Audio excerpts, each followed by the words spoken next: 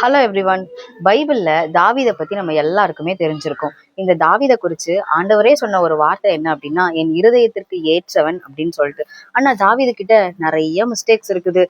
அவர் செய்த தவறுகள் நிறைய இருக்குது. ஆனா நம்ம பார்த்தோம் அப்படின்னு சொன்னா, ஆண்டவர் ஏன் இருதயத்துக்கு ஏற்றவன் அப்படி சொன்னாரு?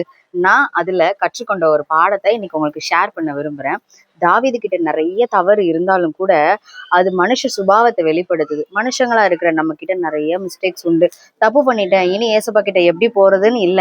தப்பு பண்ணிட்டேன், எனக்கு ஏசப்பா தேவை, அப்பதான் என் தப்பு சரியாகும்னு சொல்லி தாவீது ஆண்டவர் கிட்ட ஓடி வந்தாரு. எவ்வளோ தப்புகள் இருந்தாலும், எவ்வளோ குறைவுகள் இருந்தாலும் அவர் ஆண்டவர் கிட்ட தான் அவர் சொல்யூஷனை தேடி வந்தாரு. அது மாத்திரம் இல்ல, எந்த விஷயம் செஞ்சாலும் இதை நான் செய்யட்டுமா, இங்க நான் போகட்டுமா, இப்படி நான் நடக்கட்டுமான்னு சொல்லி அவர் எல்லாத்தையும் ஆண்டவர்கிட்ட கேட்டு கேட்டு, சின்ன விஷயமா இருந்தாலும் பெரிய விஷயமா இருந்தாலும் அவர் ஆண்டவருக்கு முக்கியத்துவம் கொடுத்தாரு.